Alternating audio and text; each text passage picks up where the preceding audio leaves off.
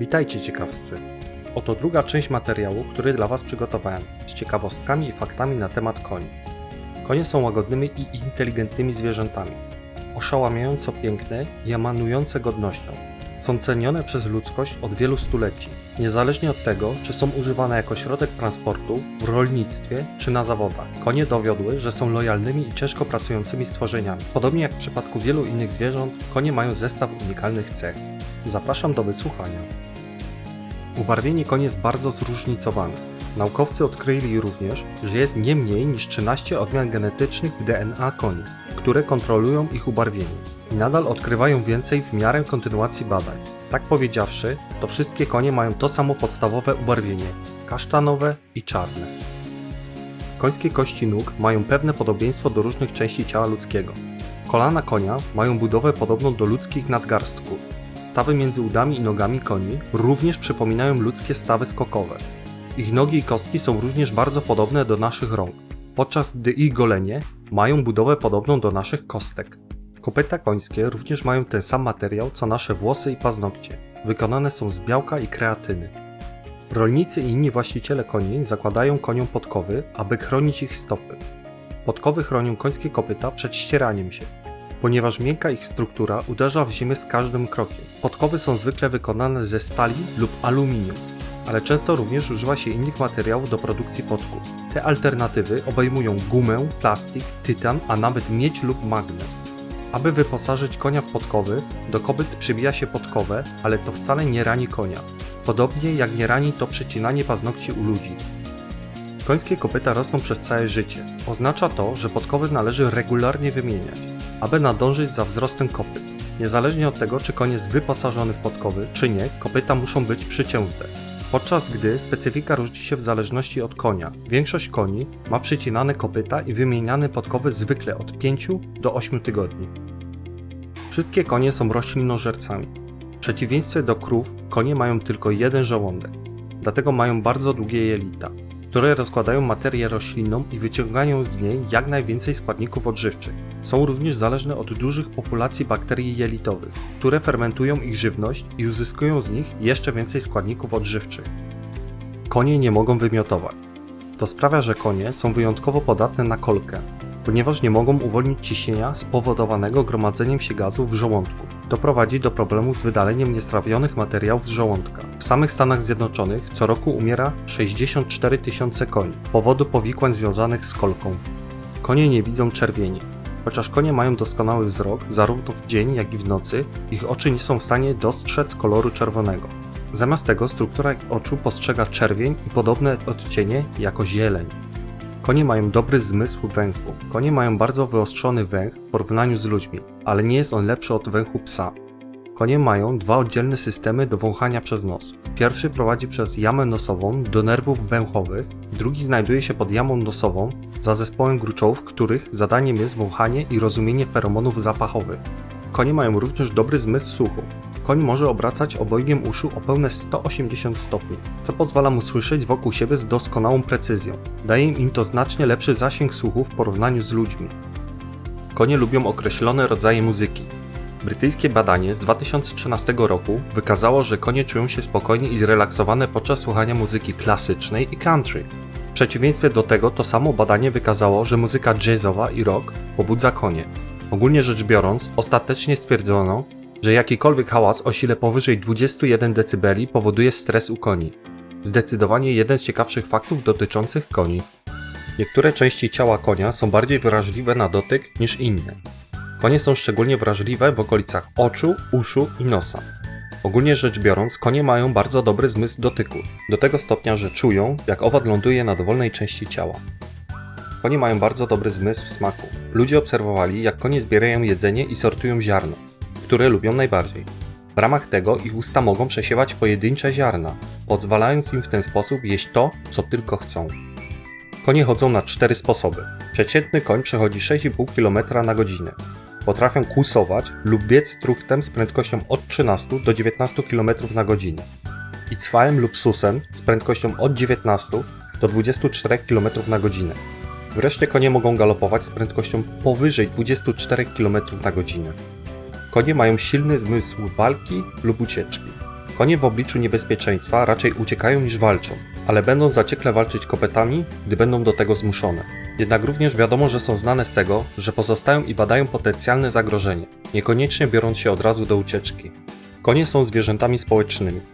Konie zazwyczaj gromadzą się i poruszają w stadach liczących od 3 do 20 osobników, zwykle prowadzonych przez samice alfa. Prócz własnego gatunku, konie są również znane z tego, że współistnieją i wiążą się z innymi zwierzętami, takimi jak psy i krowy.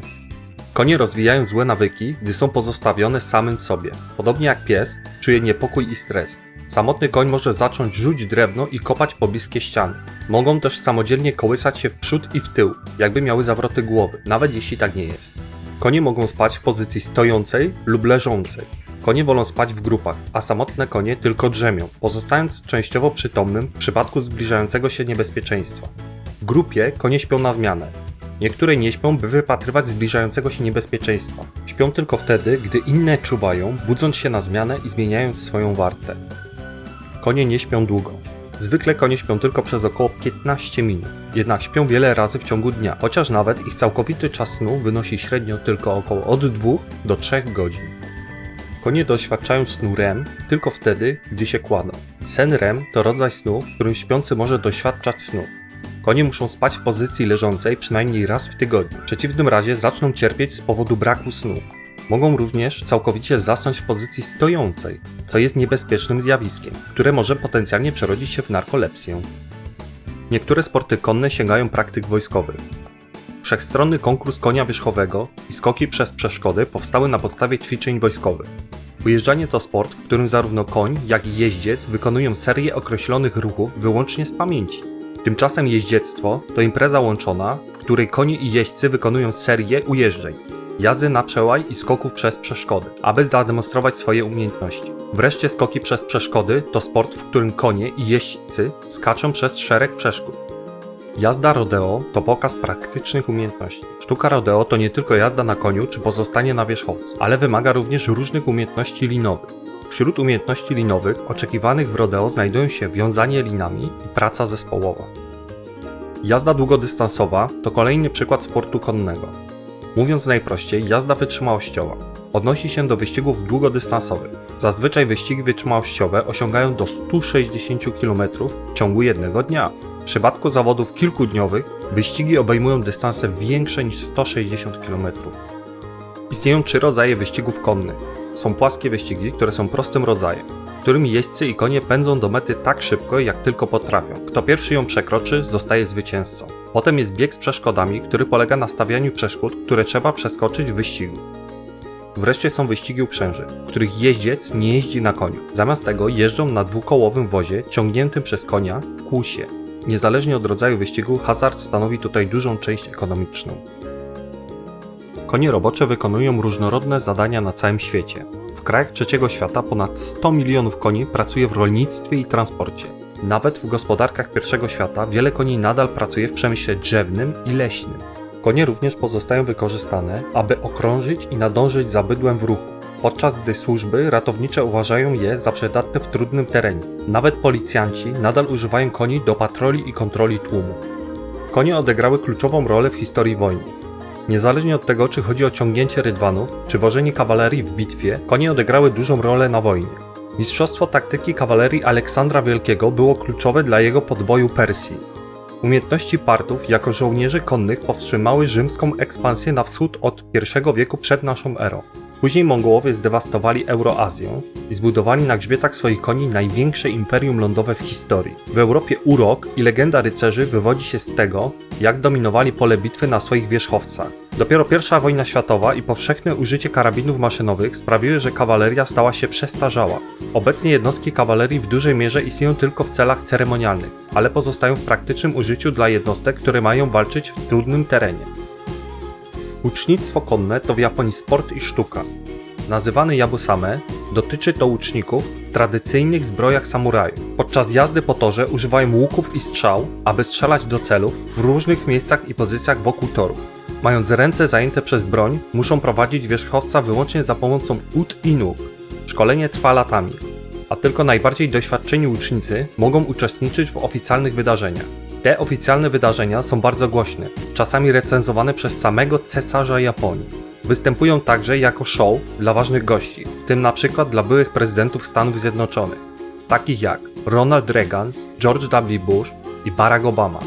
Książę Karol z Wielkiej Brytanii uczestniczył kiedyś w wystawie Yabusame. W 2001 roku Wielka Brytania zorganizowała Yabusame w ramach wizyty ówczesnego następcy tronu Naruhito. Książę Karol był pod wielkim wrażeniem umiejętności jeźdźców, a tym bardziej jak stara była tradycja Yabusame. Jednym z najbardziej znanych fikcyjnych koni jest koń trojański. Ten drewniany posąg w kształcie konia doprowadził do upadku Troi. Greccy wojownicy ukryli się w wydrożonym posągu, a kiedy Trojanie się rozluźnili i stracili czujność, greccy wojownicy wyłonili się i otworzyli bramy, by wpuścić wojska greckie, które przeprowadziły szturm na Troję. Koń trojański dzieli swoją nazwę z niesławną serią złośliwego oprogramowania. Konie trojańskie to seria złośliwego oprogramowania podszywającego się pod typowe programy. Szczególnie złośliwe formy koni trojańskich zapewniają sobie tzw. tylnie drzwi, aby umożliwić hakerom dostęp do komputerów niezauważonymi. Inne formy koni trojańskich pobierają dane osobowe z komputera lub infekują inne podłączone urządzenia i sprzęt. Konie trojańskie usuwają również pliki z zainfekowanych komputerów. Zdecydowanie jeden z faktów dotyczących koni, którego nie chciałbyś doświadczyć. Konie pojawiały się w sztuce od czasów prehistorycznych. Niezależnie od tego, czy chodzi o malowidła naskalne wykonane przez prehistorycznego człowieka, czy współczesnych malarzy i innych artystów, czasami towarzyszą im ludzie, innym razem przedstawiane były same. Malarze w XIX wieku szczególnie lubili wykorzystywać konie jako materiał tematyczny do swoich prac. Konie mają również swoje miejsce w religiach na całym świecie. W religii nordyckiej Bóg Odyn jechał na sześcionożnym koniu o imieniu Sleipnir. W Walii i Irlandii legendarne postacie takie jak Rhiannon i Macza odznaczały się tym, że zawsze przedstawiano je jako jeźdźców na białych koniach. Jazda konna ma działanie lecznicze. Nie tylko jazda konna, nawet samo towarzystwo z koniem okazuje się skuteczną metodą terapeutyczną. Dzięki więzi z końmi ludzie stają się bardziej pewni siebie i czują się zachęceni do uzyskania niezależności w swoim życiu. Konie produkują mleko. Choć może się to wydawać zaskakujące, ludzie również mogą pić mleko końskie. W Mongolii mleko końskie służy jako baza do produkcji kumisu, lokalnego napoju alkoholowego. Włosie końskie jest również wykorzystywane do produkcji instrumentów muzycznych, a hormony pobierane z moczu ciężarnych koni są również używane do produkcji niektórych leków. Mongołowie pili krew swoich koni. Robili to zwykle podczas długich marszów i kampanii. Historycy nawet przypisują to jako czynnik wpływający na to, jak przemieszczali się tak daleko i tak szybko, bez konieczności uzupełniania zapasów. Konie mogły po prostu uzupełnić utraconą krew, gdy pasły się w marszu, a Mongołowie żywili się krwią swoich koni. Z końskiej skóry można tworzyć przedmioty. Myśląc o wytwarzaniu skóry, ludzie zwykle myślą o krokodylach i innych gadach, a także o krowach i bydle. Jednak skóra końska nadaje się również do wyrobu skóry i była w przeszłości wykorzystywana do wytwarzania skóry na buty, kurtki, bejsbolówki i rękawiczki bejsbolowe. Konie również odnoszą korzyści ze szczepień. Jeśli szczepionki działają na koty i psy, to oczywiście sprawdzają się również w przypadku koni. Te szczepionki obejmują szczepionki przeciwko wirusowi zachodniego Nilu, tężcowi i oczywiście wściekliźnie. Konie nie mogą pozostać w stajni na zawsze. W niektórych filmach, serialach i powieściach ludzie są pokazani na koniach przynajmniej raz dziennie. Aby zachować zdrowie, konie trzymane w stajni muszą wyjść i rozprostować nogi przez kilka godzin dziennie. Nie muszą koniecznie być ujeżdżane, ale muszą przez chwilę spacerować lub biegać. To już wszystkie ciekawostki i fakty o koniach, jakie dla Was przygotowałem. Mam nadzieję, że materiał Wam się spodobał i dowiedzieliście się czegoś nowego i ciekawego. Dajcie znać w komentarzu, na jaki temat chcielibyście usłyszeć kolejne ciekawostki i fakty. Łapkujcie i subskrybujcie kanał Ciekawe Ciekawostki, aby być na bieżąco. Zapraszam również do obejrzenia innych moich materiałów. Dzięki, cześć!